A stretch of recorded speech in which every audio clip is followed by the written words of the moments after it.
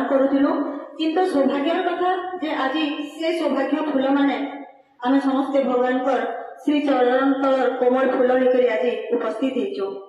तो बहुत भल भाव आज आम भगवान पर आशीर्वाद लाभ भी करुचु। सुवर्ण जुगर उन्मोचरण परमेश्वर एक निर्दिष्ट उद्देश्य साधन निमंते जगतर मानव रूप में अवतरण करिथांती। मानव रूप में परमेश्वरंकर एही प्रकार अवतरण को अवतार कहा जाए। परमेश्वरंकर आविर्भाव जेकोसी स्तर घटी थाउ ना कहीं मानवीय चेतना विवर्तन निमित्त से एक निर्दिष्ट भूमिका ग्रहण करिथांती। सुतरां एही सुजोग को सुवर्ण जुग परिवर्तित करने उद्देश्य नहीं परमेश्वर कल्कि रूप में अवतीर्ण होइछंती।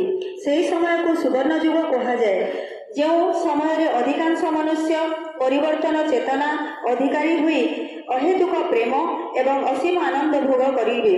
श्री कल्कि एक श्री पद्मावती देवी जहाँ को भक्तगण प्रेम रे माँ बोली डाकती।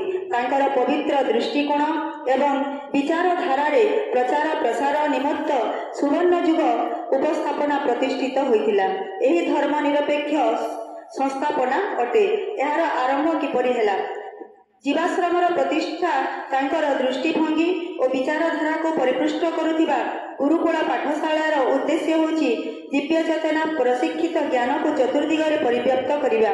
एही सुनिर्वाचित मनोरम प्राकृतिक परिवेश मध्य प्रतिष्ठित एही पाठशाला अधुना समग्र विश्व को स्वयं परिसर मध्य को आकृत करी आसुअछि।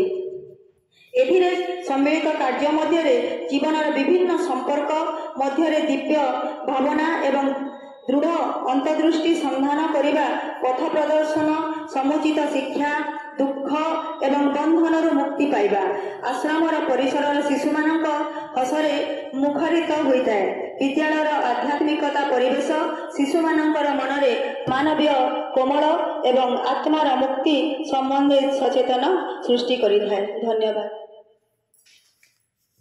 जय बोलो परम ज्योति अम्मा भगवान की जय।